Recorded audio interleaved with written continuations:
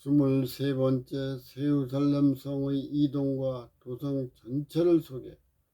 계시록 20장 9절과 계시록 21장 2절과 10절 말씀. 예수님과 하나님과 천천만만의 천사들과 성도들이 세우살렘 성과 함께 삼림한다. 생명책에 기록되지 않은 자가 예수님의 음성을 듣고 부활하여 하나님을 떠난 죄를 고백하고 자복한다. 죄인과 죄가 분리되어 죄인은 성령의 불로, 죄인은 유황불로 소멸할 때에 세우살렘 성이 이동하는 모습이다. 하나님이 아버지가 되고 아들이 된 사실을 새롭게 깨닫고 주체할 수 없는 감격의 눈물이 쏟아진다. 또 다른 의미로는 성 밖에 있는 자들의 최후를 생각하고 하나님의 영원한 사랑의 감정이 온 마음을 지배하는 순간에 쏟아지는 눈물일 수도 있다.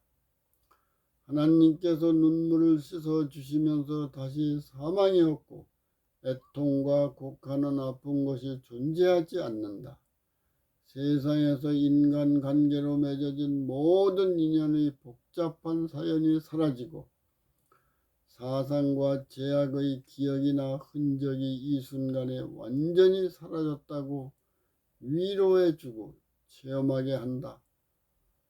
하나님의 아픈 마음에 새겨진 하나님을 떠난 죄인들이 성령의 불로 사라진다. 모든 죄인의 애통함보다도 하나님의 마음에 새겨진 죄인이 사라지는 통분함이 더하다. 하나님이 흘리시는 피눈물의 일부가 성 안과 밖에 있는 자를 통하여 흐르는 것이라고도 볼 수 있다. 하나님을 떠나 십자가로 순종한 예수님과 성경의 복음과 예언의 진리를 불의로 왜곡한 자들에게 죄와 사망과 불의의 노예로 방황하지 말고 하나님을 영접하여 의와 영생과 사랑의 율법에 순종하여 멸망하지 말고 구원을 이루라는 최후의 관청과 호소이다. 제14장 계시록 21장 9절에서 22장 5절 말씀. 새 예루살렘 성과 우주의 왕. 계시록 21장 9에서 14절 말씀. 새 예루살렘 성의 조감도. 7 대접을 가지고 마지막 7 재앙을 당한 7 천사 중 하나가 내게 말하여 이리 오라. 내가 신부 곧 어린 양의 아내를 내게 보이리라 하고 성령으로 나를 데리고 크고 높은 산으로 올라가 하나님께로부터 하늘에서 내려오는 예루살렘 성을 보인다. 하나님의 영광이 있고 천사들과 성도들이 영광을 반사하고 그 성의 빛이 지극히 귀한 보석 같고 벽옥과 수정같이 막더라. 크고 높은 성곽이 있고 12문이 있는데 문에 12 천사가 있고 그 문틀 위에 이름을 썼으니 이스라엘 자손 12지파의 이름이라. 동편의 세 문, 북편의 세 문, 남편의 세 문, 서편의 세 문이니 그 성의 성곽은 12 기초석이 있고 그 위에 어린 양의 12사도의 12 이름이 있더라. 생명책에 기록된 자들이 1000년 동안 예루살렘 성에서 하나님과 예수님의 제사장의 역할을 했다. 창조와 재창조가 연관된 대속과 속죄의 통전적인 전 역사의 기록을 보고 하나님의 영적인 동기와 목적과 목표와 목적지의 방향을 분별한다. 성령님의 지혜와 충명과 명철과 은총과 지식을 날마다 새로운 가치로 새롭게 깨닫게 해준다. 온 우주의 거민을 섬기고 희생으로 봉사하는 왕으로 합당한 양육을 받는 성이다. 계시록 20장 9절 말씀. 회개하지 못한 죄인과 반역한 천사들이 예수님과 천사들과 성도들이 있는 새 도성을 공격하기 위하여 포위한다. 사탄은 새 예루살렘 성의 예수님의 보좌를 빼앗아 왕노릇하려는 얼빠진 계획으로 그와 그를 따르는 자들도 마지막을 장식한다. 예수님이 만왕의 왕으로 대관식 후 죄를 집행 심판하였다. 계시록 21장 2절에서 10절 말씀. 하나님을 떠난 죄를 고백하고 십자가로 순종하여 부활하는 율법을 자유의지로 선택하지 않고 저주의 율법을 선택한 사탄과 죄인과 죄의 흔적이 성령과 유황불로 소멸한다. 그 과정을 보지 못하게 하려고 도성이 높은 곳으로 올라간다. 요한을 새 예루살렘 성보다 더 높은 곳에서 도성 전체의 모습을 새롭게 보여준다. 새 땅으로 내려오는 새 도성에 성곽이 있다. 동서남북의 문이 각각 3개씩 있어 도합 12개의 문이 있고 문틀 위에는 이스라엘 자손 12지파의 이름들이 새겨져 있다. 성곽의 12기초석 위에는 어린 양의 12사도의 이름들이 새겨져 있다. 성곽의 12문에는 문마다 천사가 있어 12명의 천사가 지키고 있다. 계시록 21장 15절에서 21절 말씀. 새 예루살렘 성과 성곽의 크기와 구조. 내게 말하는 자가 그 성과 그 문들과 성곽을 측량하려고 하니 금갈대를 가졌다. 그 성은 네모 반듯하여 장광이 같다. 갈대로 성을 측량하니 12,000 스타디온이요. 장과 광과 고가 같다. 성곽을 측량하니 144 규빗이다. 사람의 청량, 천사의 청량이다. 성곽은 벽옥으로 쌓였고 성은 정금인데 맑은 유리 같다. 성곽의 기초석은 각색 보석으로 꾸몄는데 첫째 기초석은 벽옥이요, 둘째는 남부석이요, 셋째는 옥수요, 넷째는 옥부석이요, 다섯째는 홍마노요, 여섯째는 홍보석이요, 일곱째는 황옥이요, 여덟째는 노옥이요, 아홉째는 다망옥이요, 열째는 비치옥이요, 11째는 청옥이요, 12째는 자정이다. 12문은 12진주니 문마다 한 진주, 성의 길은 맑은 유리 같은 정금이다. 거룩한 성의 크기와 성곽의 규모와 재료들에 대하여 묘사하고 있다.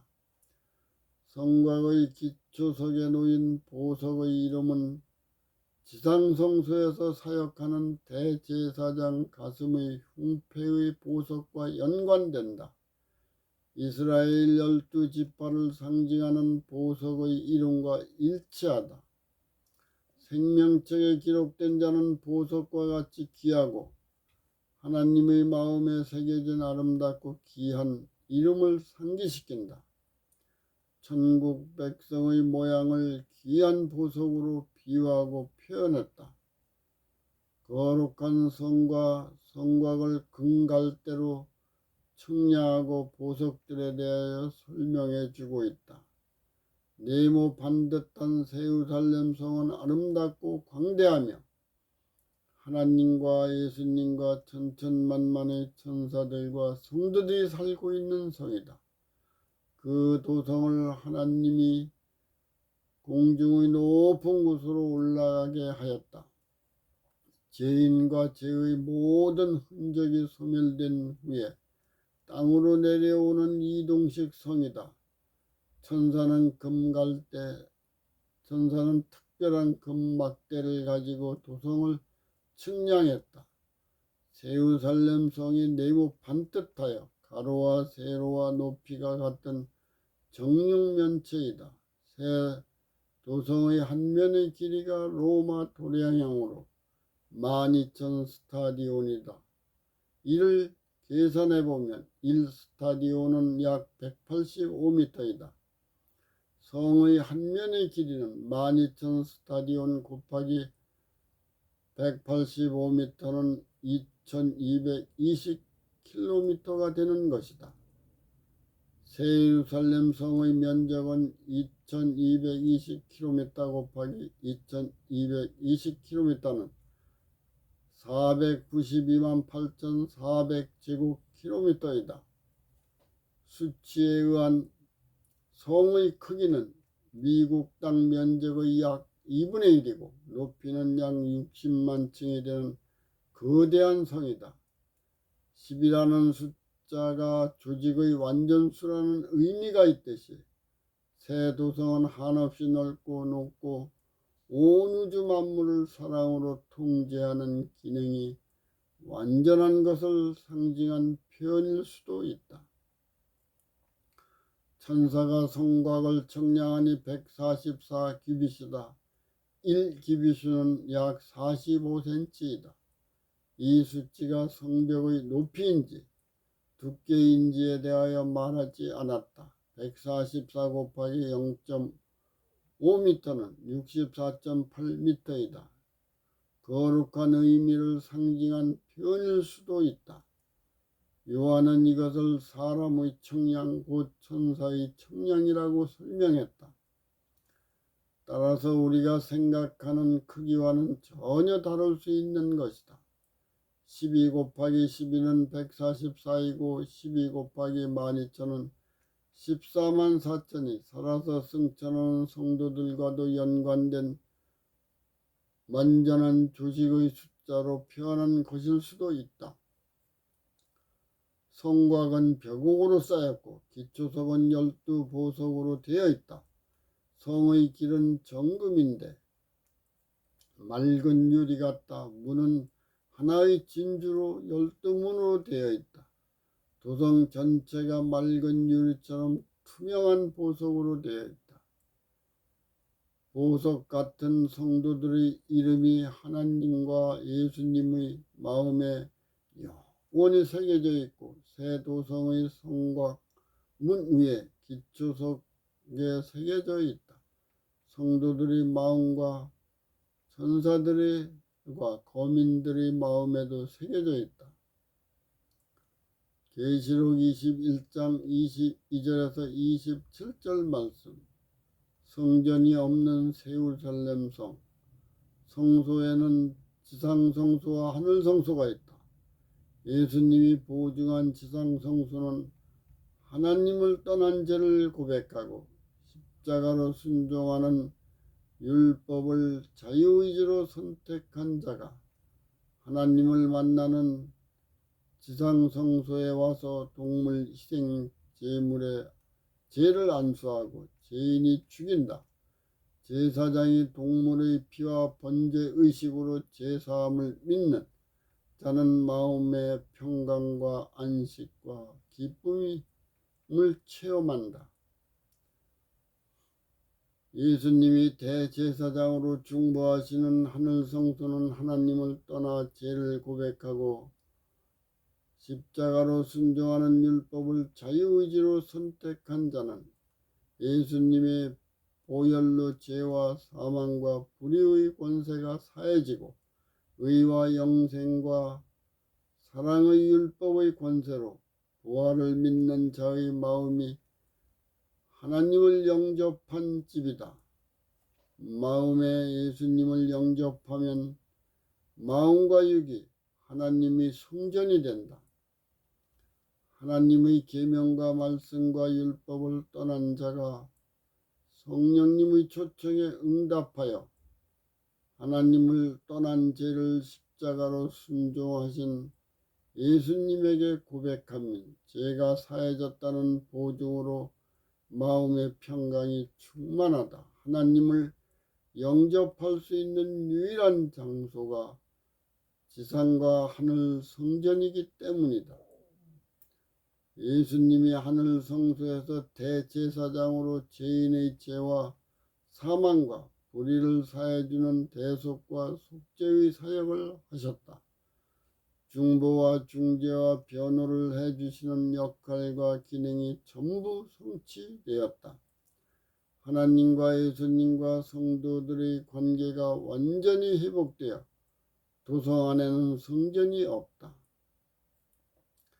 새 예루살렘 성과 온 우주가 성전이고 피조물이 성전이고 천사들과 우주 거민과 성도들의 마음이 성전이다. 성 안의 성전을 보지 못하였으니 이는 주 하나님 곧 전능하신 분과 어린 양이 계시는 곳이 성전이다. 새 도성은 해나 달이 비침이 쓸데없으니 하나님의 영광이 비치고 어린 양이 빛이 되시고 피조물이 반사체이다.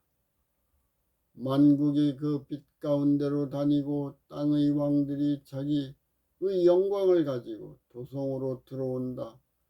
성문들을 낮에 도무지 닫지 아니하리니 거기는 밤이 없다. 사람들이 만국의 영광과 존귀를 가지고 그리로 들어오는 자는 오직 어린 양의 생명체에 기록된 자들 뿐이다. 새 예루살렘 성은 천사들과 성도들이 함께 거주하는 도성이다. 다음 시간에는 24번째로 도성의 천사들과 왕들이 월삭과 안식일의 예배를 연구하겠습니다.